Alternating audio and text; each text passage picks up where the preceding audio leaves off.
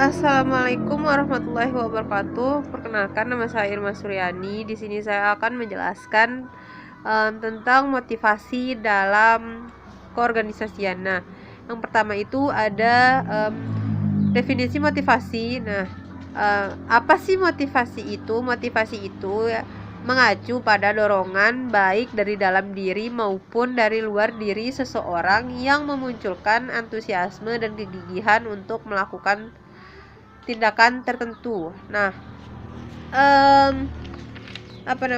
dorongan dari dalam diri seseorang di sini yaitu seperti adanya cita-cita, keinginan, kebutuhan, semangat kerja dari dalam dirinya sendiri.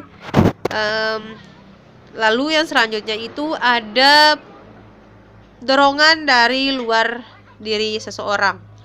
Dorongan dari luar diri seseorang di sini yaitu penghargaan yang diberikan oleh orang lain terhadap dirinya. Selanjutnya itu ada studi tentang motivasi. Studi tentang motivasi di sini yaitu membantu manajer memahami apa yang mendorong karyawannya itu untuk memulai suatu tindakan.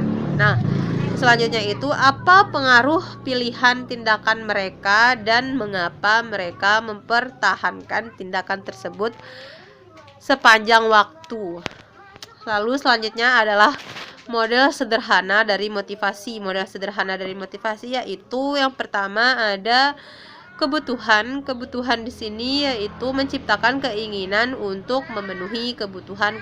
Nah, kebutuhan manusia itu seperti makanan, minuman, persahabatan, pengakuan, pencapaian, dan lain sebagainya. Nah, lalu yang kedua itu perilaku. Perilaku yaitu tindakan mereka. Tindakan apa yang mereka lakukan untuk mereka dapat memenuhi kebutuhannya tersebut, seperti itu. Nah, lalu selanjutnya itu ada penghargaan. Penghargaan di sini yaitu memenuhi kebutuhan penghargaan intrinsik dan ekstrinsik. Nah, maksudnya itu imbalan kerja dari mereka, imbalan dari perilaku yang mereka lakukan, seperti itu. Lalu selanjutnya itu adalah teori dasar motivasi menurut Maslow. Ada hierarki kebutuhan Maslow. Hierarki kebutuhan Maslow ini ada 5 tingkatan. Tingkatan yang paling bawah atau tingkatan yang kelima itu ada fisiologis. Fisiologis di sini yaitu seperti apa yang menunjang fisik mereka, fisiologisnya mereka, seperti itu. Contohnya itu seperti makanan, minuman, tempat kerja, pendapatan, dan lain sebagainya.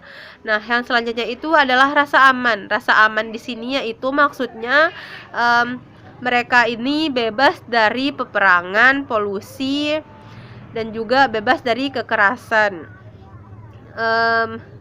dan lain sebagainya.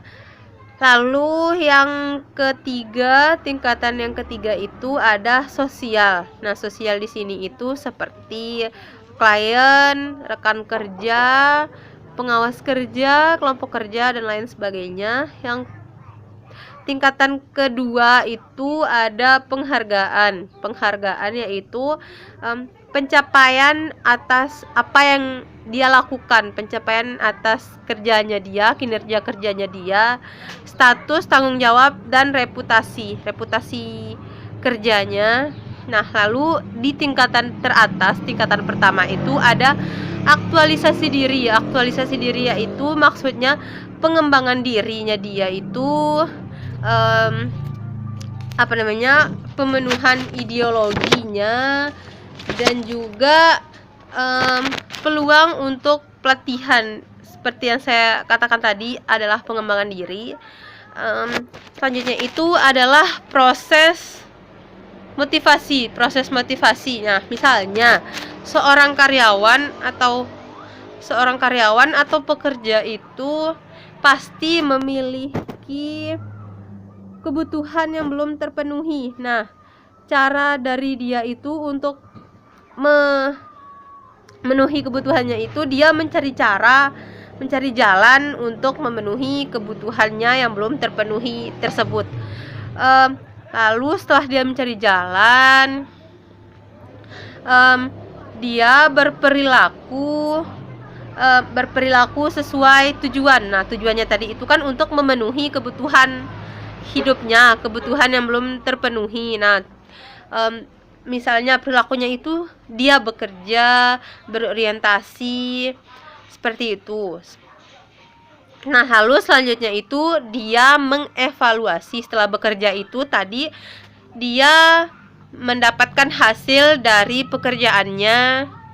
Hasil itu nanti akan dievaluasi apakah sudah cukup untuk memenuhi kebutuhan yang belum terpenuhi tadi. Nah, ingat bahwa manusia itu ketika kebutuhan yang satu sudah terpenuhi, maka akan muncul kebutuhan yang lain.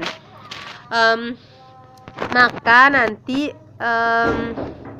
dia itu akan berusaha lebih keras lagi, berusaha lagi untuk memenuhi kebutuhannya tersebut. Lalu yang terakhir itu ada penetapan kebutuhan baru yang belum terpenuhi. Nah, yang telah saya bilang tadi itu siklus ini itu akan berulang, akan berputar seperti itu. Nah, selanjutnya itu ada teori ERK. Teori ERK ini Alderfer mengelompokkan 3 kebutuhan inti manusia.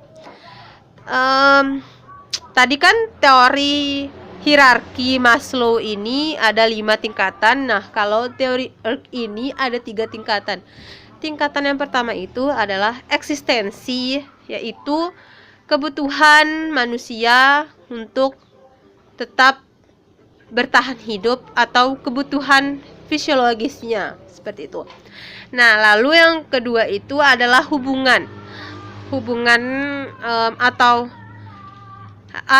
relatedness, ini yaitu kebutuhan yang menekankan pada hubungan antar individu dan hubungan sosial.